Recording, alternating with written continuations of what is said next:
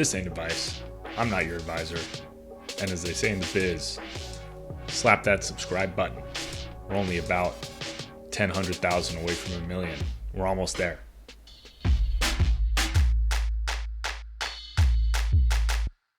Welcome to another mailbag episode of Buck Talk.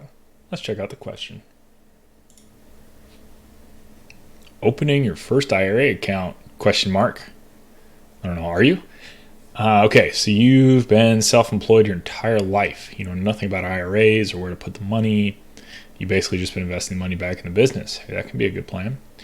You want to set aside some money for it to grow without touching it, but you don't know how to start.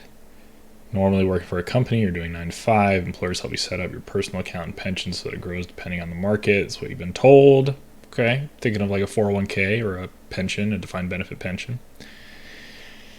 Now, for someone in your position, what are the steps you need to take to open an IRA, and what benefits do you get?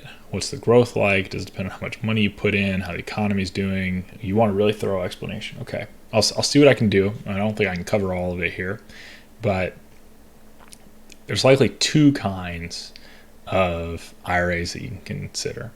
So there's the traditional IRA, and there's also a Roth version of that same traditional IRA. And those have a limit, assuming you're under 50, of $6,000 that you can put in this year.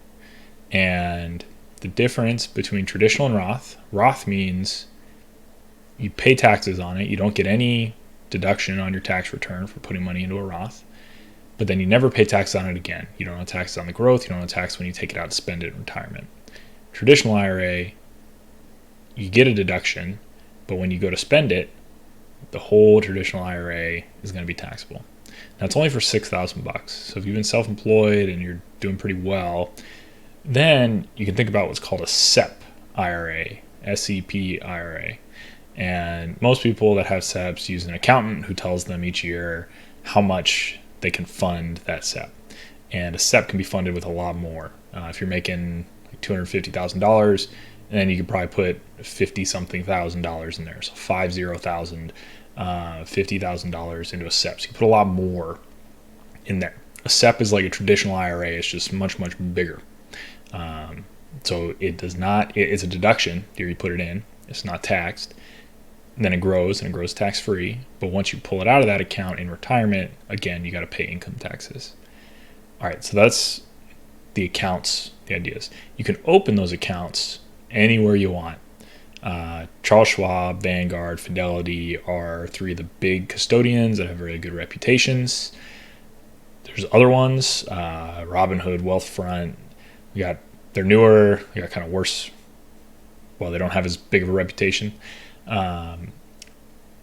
Schwab, Vanguard, Fidelity is hard to go wrong. Now, when you have an IRA, you have to decide what you want to invest in yourself. So this personal finance subreddit has plenty of resources about that. But if you invest aggressively, you can expect to have more returns, but you're going to have a lot more volatility. So just like you said, what's the growth like?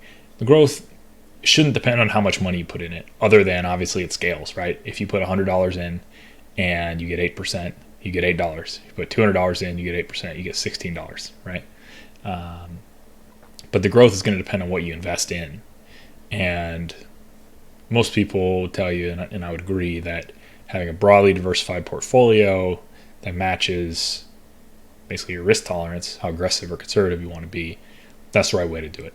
So what you need to think about is, and if you're really starting from square one, which it sounds like you are, it sounds like you need to do some real research, some digging on some of the links about building a portfolio. That's going to be the whole other thing you're going to have to do is understand what an index fund is, understand what is the S&P 500, and you can check out my What the Fuck Is series for that one. And then it does depend on how the economy is doing. Really, the economy and the stock market don't necessarily go exactly in tandem. A lot of times they do. You expect them to be correlated a lot of the time. But yes, in a time like 2000, 2001 or 2007, 2008, you're going to expect the stock market to do worse because the economy is doing worse. But the benefits that you get are basically the tax benefits. So you could make these same investments not inside of IRA accounts, and you could just a regular taxable brokerage account be what it was called. And you can do that. The reason you would do an IRA instead is because the regular taxable account is taxed more. It's basically like you don't get the tax break when it goes in the way you do with an IRA. But unlike a Roth, where remember you don't get the tax break, but you also never get taxed again, unlike that, you do get taxed again on any growth. Any growth will be taxed at capital gains tax rates, which would be probably 15% federal for you, and then whatever your state tax rate is. So that's the reason to use an IRA. Also, the immediate deduction. If you're making $200,000 a year and you can put $40,000 to $50,000 in an IRA, you're going to be paying taxes as if you're making $150,000. And then when you're in retirement, maybe you saved up enough over the years that you can draw $150,000 a year in retirement and then pay taxes there. So it keeps you in a lower tax bracket. There's a lot of other stuff there, and I didn't even touch the investment side, so you're going to have to do a lot more digging, but I'm going to stop there. I feel like that's the overview on the IRA.